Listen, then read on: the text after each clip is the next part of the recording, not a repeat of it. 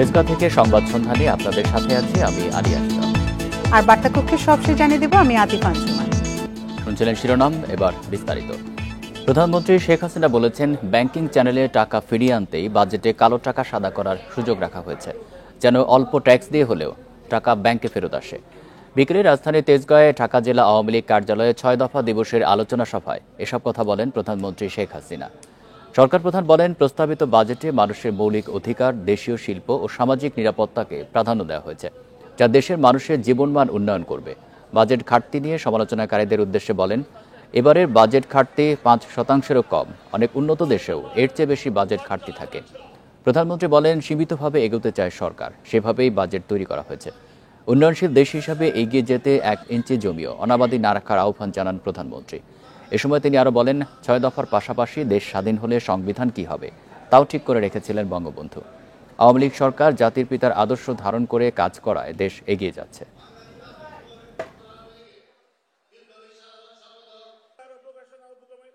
কালো টাকা নিয়ে আমি শুনি অনেকে বলে কালো টাকা তাহলে আর কেউ ট্যাক্স দেবে না। ঘটনা কিন্তু তা না। এটা শুধু কালো টাকা না, জিনিসের দাম বেড়েছে। এখন 1 কাঠা জমি যার সেই কোটিপতি, কিন্তু সরকারি যে হিসেব সেই হিসেবে কেউ বেচে না। একটু বেশি দামে বেচে, কিছু টাকা উদ্বৃত্ত হয়, কিন্তু এই টাকাটা তারা গুজে রাখে। তা গুজে যাতে না রাখে, সামান্য একটু কিছু দিয়ে টাকাটা আসলে পথে আসুক, জায়গা মতো আসুক, তারপরে তো ট্যাক্স দিতেই হবে। সরকারের নেওয়া পদক্ষেপে বছরের শেষ নাগাদ মূল্যস্ফীতি কমে আসবে এমন প্রত্যাশার কথা জানালেন অর্থমন্ত্রী। আর ব্যাংক থেকে সরকারের বেশি ঋণ নেওয়াটাকেও অস্বাভাবিক বলতে রাজি নন তিনি। দুপুরে রাজধানী ওসমানী মিলনায়তনে ২০২৪-২৫ অর্থবছরের বাজেট পরবর্তী সংবাদ সম্মেলনে বাজেটের বিভিন্ন দিক নিয়ে কথা বলেন অর্থমন্ত্রী। নানাবিধ পদক্ষেপ গ্রহণ করা হচ্ছে। প্রস্তাবিত বাজেটে বেশ কিছু ক্ষেত্রে মূল্য সংযোজন কর ও আমদানি শুল্ক বাড়িয়েছেন অর্থমন্ত্রী, যার প্রভাবে বিভিন্ন জিনিসপত্রের দাম বাড়বে। কিন্তু বাজেট পরবর্তী সংবাদ সম্মেলনে অর্থমন্ত্রী আবারও দাবি করলেন, সরকারের নেওয়া উদ্যোগে কমবে মূল্যস্ফীতি। দেশের অর্থনৈতিক কর্মকাণ্ডে সংকোচনমূলক নীতিকৌশল আরও কিছুদিন চালু রাখার কথাও জানান অর্থমন্ত্রী। আমরা আশা করছি যে এই বছরের শেষের দিকে এই কমতে শুরু করবে। দেখা যায়, চেষ্টা তো করতে হবে। এবং আপনারা এটাও লক্ষ্য করেছেন নিশ্চয়ই যে বাজেটের আকার আমরা কিন্তু অনেক কমিয়ে রেখেছি, যাতে করে এই কোনো প্রেসার না পড়ে। ঘাটতি মেটাতে ১,৩৭,৫০০ কোটি টাকা ব্যাংক ঋণ নেওয়ার পরিকল্পনা করেছেন অর্থমন্ত্রী।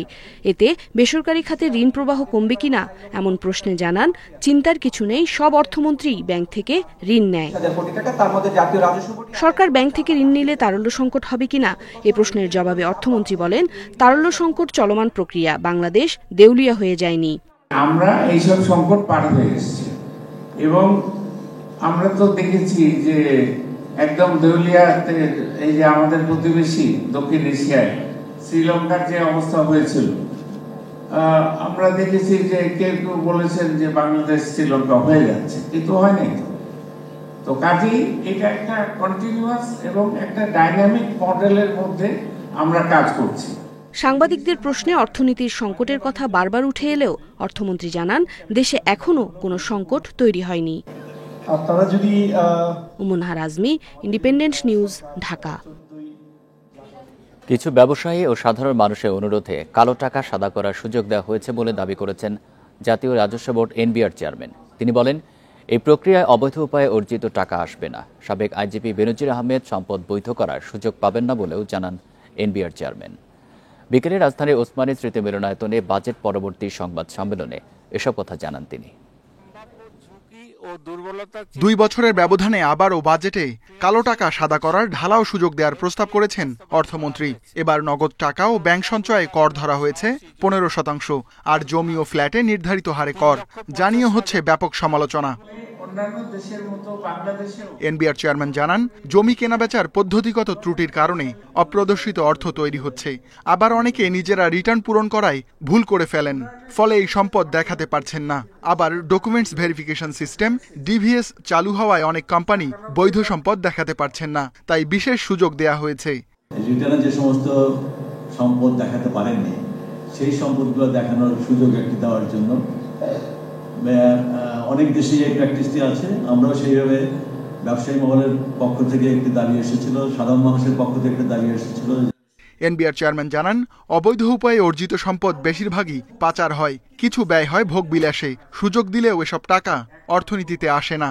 অর্থনীতিতে কালো টাকার পরিমাণ কত তার হিসাব করা এনবিআর এর কাজ নয় বলেও মন্তব্য করেন তিনি।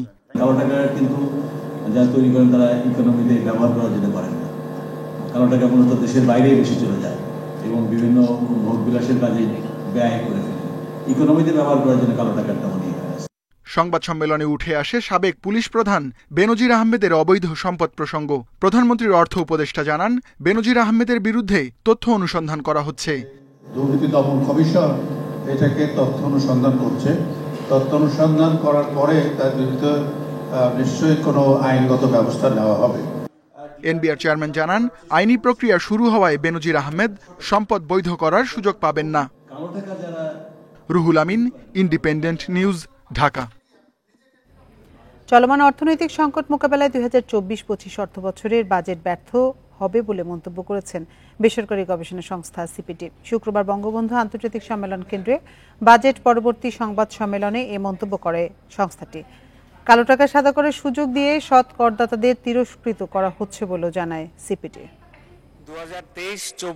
মূল্যস্ফীতি নিয়ন্ত্রণ, সামষ্টিক অর্থনীতিতে স্থিতিশীলতা ফেরানো এবং রাজস্ব আয় বাড়ানোর চ্যালেঞ্জ নিয়ে বৃহস্পতিবার ঘোষিত হয়েছে আগামী অর্থবছরের বাজেট।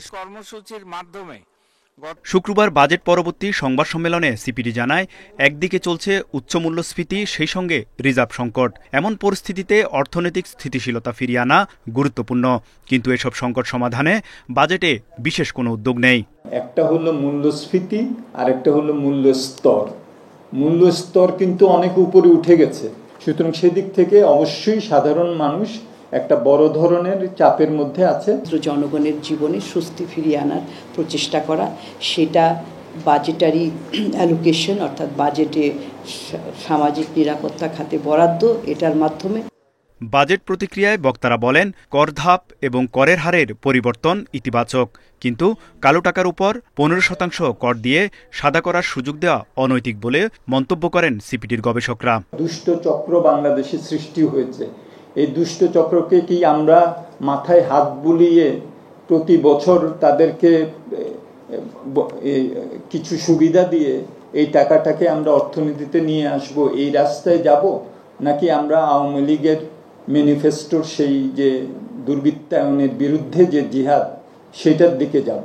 সরকারের হাতে এমন কোনো ইনস্ট্রুমেন্ট এই মুহূর্তে চালু নেই যেটা দিয়ে তিনি আসলে কালো টাকা ধরতে পারেন। একটা ইন্টিগ্রেটেড ফাইন্যান্সিয়াল সিস্টেম না চালু হলে এই ধরনের এই যে উদ্বুদ্ধ করা, প্রেরণা দেওয়া, কম কর আরোপ করা, এগুলো দিয়ে আসলে খুব বেশি লাভ হয় না। সিপিডি বলছে, 2024-25 অর্থবছরের প্রস্তাবিত বাজেটে মূল্যস্ফীতি, জিডিপি প্রবৃদ্ধি ও বিনিয়োগের যেসব লক্ষ্যমাত্রা ধরা হয়েছে তা অতি উচ্চাভিলাষী ও বাস্তবসম্মত নয়। তৌহিদ রানা, ইন্ডিপেন্ডেন্ট নিউজ, ঢাকা। এবার বাজেটে স্বাস্থ্য খাতে বরাদ্দ বেড়েছে 3,356 কোটি টাকা। অতিমারির মতো ঝুঁকি মোকাবেলায় থাকছে 2,000 কোটি টাকা। স্বাস্থ্যবিজ্ঞান গবেষণায় বরাদ্দ রাখা হয়েছে 100 কোটি। বাজেটে শুল্ক কমছে ডেঙ্গু কিট, কিডনি ডায়ালাইসিসের উপকরণ ও অ্যাম্বুলেন্স আমদানিতে। 2024-25 অর্থবছরের বাজেট বৃহস্পতিবার বিকেলে জাতীয় সংসদে বাজেট পেশ করেন অর্থমন্ত্রী আবুল হাসান মাহমুদ আলী। সুখী ও সম্মানজনক জীবনের ন্যূনতম নিশ্চয়তা থাকবে। তিনি জানান, এবার স্বাস্থ্য খাতে বরাদ্দ 41,407 কোটি টাকা, যা গত বছরে ছিল 38,051 কোটি। 41,407 কোটি টাকা বরাদ্দের প্রস্তাব করছি। স্বাস্থ্য খাতের নানা উন্নয়ন তুলে ধরে অর্থমন্ত্রী জানান, এবারও স্বাস্থ্যের কাঁচামাল আমদানিতে রেয়াতি সুবিধা থাকছে। কিডনি ডায়ালাইসিসের ফিল্টার ও সার্কিট আমদানি শুল্ক 10 ভাগ থেকে কমিয়ে 1 ভাগ, কম শুল্কে ক্যান্সার চিকিৎসায় ব্যবহৃত কাঁচামাল, স্পাইনাল নিডল, অ্যাম্বুলেন্স ও ডেঙ্গু পরীক্ষার কিট আমদানি করা যাবে। তবে বিশেষায়িত হাসপাতালে চিকিৎসা যন্ত্রপাতি ও উপকরণ আমদানিতে শুল্ক 1 ভাগের বদলে 10 ভাগ হচ্ছে। রেফারেল হাসপাতাল কর্তৃক রেয়াতির সুবিধায় উপকরণ আমদানিতে বিদ্যমান সুবিধা কিছুটা হ্রাস করা হয়েছে। অর্থমন্ত্রী আরও জানান 11টি মারাত্মক সংক্রামক রোগ প্রতিরোধে দেশে ইপিআই কর্মসূচি চলছে। টিকা নেয়ার হার 75 থেকে বেড়ে বর্তমানে হয়েছে 94%। 2025 সালে ইপিআই কর্মসূচিতে যুক্ত হতে যাচ্ছে টাইফয়েড এবং জাপানিজ এনকেফালাইটিস টিকা। গুরুত্ব দেওয়া হয়েছে স্বাস্থ্য বিজ্ঞান গবেষণায়। চিকিৎসা বিজ্ঞানের মৌলিক ও প্রায়োগিক গবেষণার গুরুত্ব বিবেচনায় সমন্বিত স্বাস্থ্য বিজ্ঞান গবেষণা ও উন্নয়ন তহবিলে 100 কোটি টাকা বরাদ্দের প্রস্তাব করছি। স্বাস্থ্য খাতে করোনা অতিমারির মতো ঝুঁকি মোকাবিলায় রাখা হয়েছে 2000 কোটি টাকা। বিশেষ বরাদ্দের প্রস্তাব করছি। Hasan Misbah, independent news, Dhaka. প্রস্তাবিত বাজেটের পরে সুখবর নেই বাজারে। নিত্যপণ্যের দাম তো কমেইনি, বরং বেড়েছে। সপ্তাহের ব্যবধানে বেড়েছে আলু, ডিমের দাম। কোরবানি ঈদের আগে চড়া গরম মশলা, পেঁয়াজ, রসুন, তেল, চিনির দামও। বাজেটে ভোগ্যপণ্যের দাম কমাতে সুনির্দিষ্ট কিছু না থাকায় হতাশ ক্রেতারা। প্রতি বছর বাজেট ঘোষণা হলেই সব শ্রেণীর মানুষের নজর থাকে কোন পণ্যের দাম কমলো আর কোনটির বাড়লো। বাজেটের পরদিন ছুটির দিন হওয়ায় রাজধানীর বাজারে ক্রেতাদের তাই আলাদা আগ্রহ পণ্যের দাম নিয়ে, যদিও সুখবর নেই দামে। কালকে বাজেট ঘোষণা হয়েছে, আজকে দাম বেশি, তাহলে জনগণের স্বস্তি আমি কিভাবে বুঝবো? জনগণের তার দুর্ভোগ। বাজেট গেছে আজকে একদিন শেষ, এখন কইছে খাদ্যপণ্যের দাম কমলে অবশ্যই স্বস্তি আসবে, ক্রেতার জন্য স্বস্তি, বিক্রেতার জন্য স্বস্তি। বাজেটে আলু, পেঁয়াজ, রসুন, তেল, চিনি সহ বেশ কয়েকটি পণ্যের আমদানি শুল্ক 2 থেকে 1% করা হয়েছে, কিন্তু দাম কমার লক্ষণ নেই। আলু গত সপ্তাহে 55 টাকায় বিক্রি হলেও এখন তা কিনতে হচ্ছে 60 টাকায়। পেঁয়াজ 80, আদা 180 আর রসুনের কেজি 220 টাকা।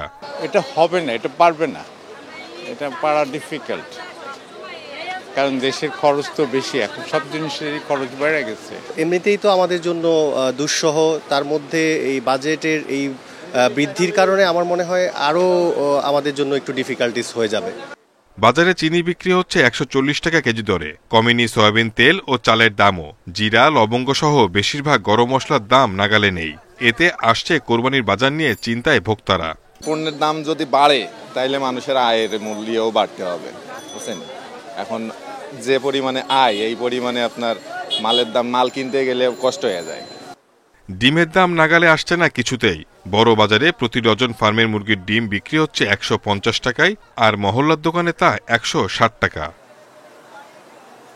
Shahid Ahmed, independent news, Dhaka. রাজধানীতে অনুমতি ছাড়া কোরবানির হাট বসালে পশু জব্দ করা হবে বলে সতর্ক করেছেন ডিএমপি কমিশনার হাবিবুর রহমান। এক হাটের পশু নেওয়া যাবে না অন্য হাটে। এছাড়া ক্রেতা বিক্রেতাদের নিরাপদ কেনাকাটা ও লেনদেন নিশ্চিতে বসানো হচ্ছে সিসিটিভি ক্যামেরা। প্রতিটি জোনে থাকছে আইনশৃঙ্খলা বাহিনীর টিম। সামনেই কোরবানির ঈদ। রাজধানীতে শুরু হয়েছে পশুর হাট বসানোর তোড়জোড়। এরই মধ্যে 17টি হাটের জায়গা চূড়ান্ত করেছে ঢাকা উত্তর ও দক্ষিণ সিটি কর্পোরেশন। আর জনস্বার্থ বিবেচনায় আদালতের নির্দেশে এবার হাট বসছে না আফতাবনগরে। সংবাদ সম্মেলনে ডিএমপি কমিশনারও সতর্ক করলেন, রাজধানীতে অনুমতি ছাড়া হাট বসানো হলে পশু জব্দ করা হবে। এছাড়া এক হাটের পশু নেওয়া যাবে না অন্য হাটে। কোনো অনুমোদিত হাট নয়, কিন্তু কিছু একটা ফাঁকা জায়গা পেলেই কেউ কেউ সেখানে হাট বসানোর চেষ্টা করে এবং অতীতে কখনো কখনো এটি হয়েছেও। তো সেটির জন্য আমরা কঠোরভাবে আমাদের পুলিশের প্রতি নির্দেশনা আছে, এই ধরনের যে কোনো ধরনের অপতৎপরতা রোধ করা হবে। যদি এখানে হয়ে থাকে তাহলে সেই সমস্ত গরুগুলো আমরা কিন্তু সিজ করে নেব, মানুষজন সহ। পরে নিরাপত্তা প্রসঙ্গে বলেন, প্রতিটি হাটে ক্রেতা বিক্রেতাদের নিরাপদ কেনাকাটা ও লেনদেন নিশ্চিতে বসানো হচ্ছে সিসি ক্যামেরা। প্রতিটি জোনে থাকছে আইন শৃঙ্খলা বাহিনীর টিম। সকল হাটে সিসিটিভি ক্যামেরার ব্যবস্থা করা হয়েছে। যে হাসিল বা ট্যাক্স যেটি নেওয়া হয় সেটি যাতে অতিরিক্ত নেওয়া না হয়, জাল টাকা দিয়ে কেউ লেনদেন করতে না পারে সেজন্য জাল টাকার মেশিন বসাবে, সেজন্য বাংলাদেশ ব্যাংককে অনুরোধ করা হয়েছে এবং তারা সেখানে থাকবে। এছাড়া রাজধানীর হাটগুলোতে নিয়মিত চলবে অভিযান। যে কোনো ধরনের অপতৎপরতা রুখতে মাঠে থাকছে পুলিশ সহ সাইবার টহল team. Buddhadev Kundu, independent news, Dhaka. মাদারীপুরে বেনজির আহমেদের স্ত্রীর নামে কেনা 90 একর জমি ফেরত চান জমির মালিকেরা। এসব জমির বেশিরভাগই হিন্দুদের। তাদের অভিযোগ, ভয়ভীতি দেখিয়ে নামমাত্র মূল্যে কেনা হয়েছে তাদের জমি। এদিকে গোপালগঞ্জে বেনজির আহমেদের ছত্রছায়ায় অনেকে বিপুল সম্পদের মালিক হয়েছেন বলে অভিযোগ স্থানীয়দের। মাদারীপুরের রাজৈরে স্ত্রী জিসান মির্জার নামে 2 বছরে প্রায় 90 একর জমি কিনেছেন সাবেক আইজিপি বেনজির আহমেদ। আদালতের নির্দেশে তার সম্পত্তি ক্রোকের খবরে মুখ খুলতে শুরু করেছেন এসব জমির মালিকেরা। কদমবাড়ি ইউনিয়নের বড়লেখা গ্রামের সরস্বতী রায়ের অভিযোগ, ভয় দেখিয়ে তার 30% ফসল জমি নামমাত্র মূল্যে কিনে নেওয়া হয়, আর দুলালবালার 3 বিঘা জমি কিনে নেওয়া হয়েছে মাত্র 3 লাখ টাকায়। বিক্রয়রা খাইলো জমি আমি বেচতাম না কোনোদিন, আমি থাকতে তো শহরে বেচতে দিতাম না, তো দিয়েই সেই বয়তে। আপনি যদি ওই জমি না দেন তো ওই জমি আপনি আলুডি করবেন কি করে? ওইখানে আলুডি করার মতন তো আপনার চাষবাস করার মতন তো কোনো কায়দা নেই, কেন আমি তো ওইখানে বাউন্ডারি দিয়ে দেবো। এই বিষয়ে কেউ আদালতে অভিযোগ করলে সহযোগিতা করার কথা জানিয়েছেন জেলা প্রশাসক। অভিযোগ আনলে তখন আদালত যেভাবে সিদ্ধান্ত উপনীত হয় সেই সিদ্ধান্ত অনুযায়ী আমাদের অ্যাডমিনিস্ট্রেশনের পক্ষ থেকে তাকে সর্বাত্মক অ্যাসিস্ট্যান্স আমাদের পক্ষ থেকে এনশিওর করা হবে। গোপালগঞ্জের কৈরাগিটুল গ্রামে বেনজির আহমেদের সাভানা পার্কের জন্য জমি দখলের বিষয়টি বেশ আলোচিত। নামমাত্র মূল্যে তার কাছে জমি বিক্রিতে বাধ্য হয়েছেন বলে অভিযোগ করেছেন অনেকে। বেনজির আহমেদকে যারা সহযোগিতা করেছেন তাদের মধ্যে নাম আছে স্থানীয় সুজয় পোদ্দারের। উত্তর কান্দায় ফিল্ডে গাড়ছে গাড়িয়া বলে যে এই জমি যদি না দাও তাহলে এই জমি আর পাবা না। যদিও অভিযোগ অস্বীকার করেছেন সুজয় পোদ্দার, কেবল বালু বিক্রির সুবাদে বেনজির আহমেদের সঙ্গে সুসম্পর্ক ছিল বলে দাবি তার। আমি এলাকার একটা সাধারণ লোক, আমি স্যার যখন ক্ষমতায় ছিল চাকরি করছে তখন কি আমি স্যারের কাউরে ক্ষমতা দেখাতে পারবো? এরকম কোনো অভিযোগ আমি কাউকে করিও নাই। এলাকার লোকজনের অভিযোগ বেনজির আহমেদের ছত্রছায়ায় বিপুল সম্পদের মালিক হয়েছেন সুজয় পোদ্দার। সোহেলি জাহান, ইন্ডিপেন্ডেন্ট নিউজ। এমপি আনোয়ারুল আজিমের মরদেহের সন্ধান পাওয়া প্রায় অসম্ভব বলে মনে করছে কলকাতা সিআইডির কর্মকর্তারা। ঘটনার 22 দিন পেরিয়ে যাওয়ায় খণ্ডিত মরদেহ বহন করা ট্রলি ব্যাগটির খোঁজ পাওয়া নিয়েও সন্দিহান তারা। তবে এই সংসদ সদস্যের মরদেহ উদ্ধারে পশ্চিমবঙ্গে সিআইডি কর্মকর্তারা এখনও তল্লাশি চালিয়ে যাচ্ছে বলে জানানো হয়েছে। এছাড়া এ নিয়ে বাংলাদেশ পুলিশের গোয়েন্দাদের সঙ্গে আলোচনা করে শিগগিরই সিদ্ধান্ত নেওয়া হবে। 12 মে কলকাতায় যান এমপি আজিম, সেখানে বন্ধু গোপাল বিশ্বাসের বাসায় ওঠেন তিনি। পরের দিন তাকে শহরের নিউ টাউন এলাকার একটি ফ্ল্যাটে নিয়ে গিয়ে হত্যা করা হয়।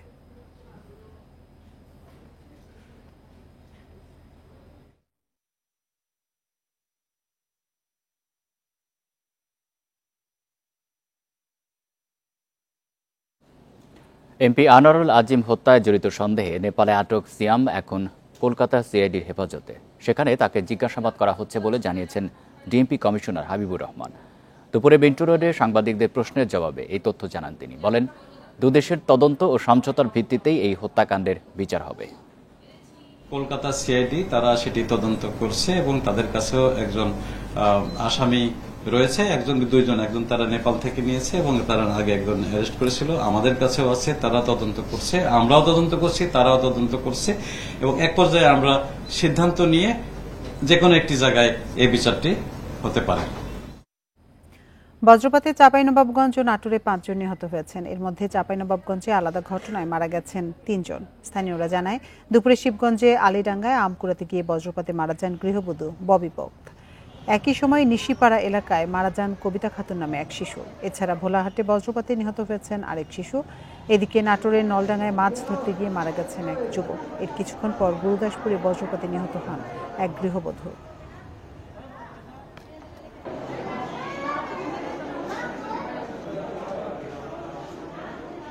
এ ছিল সংবাদ সন্ধ্যায়। ইন্ডিপেন্ডেন্ট টেলিভিশনের সব খবরে বিস্তারিত জানতে চোখ রাখুন ফেসবুক, ইউটিউব এবং এক্সে। এতক্ষণ সাথে থাকার জন্য ধন্যবাদ সবাইকে।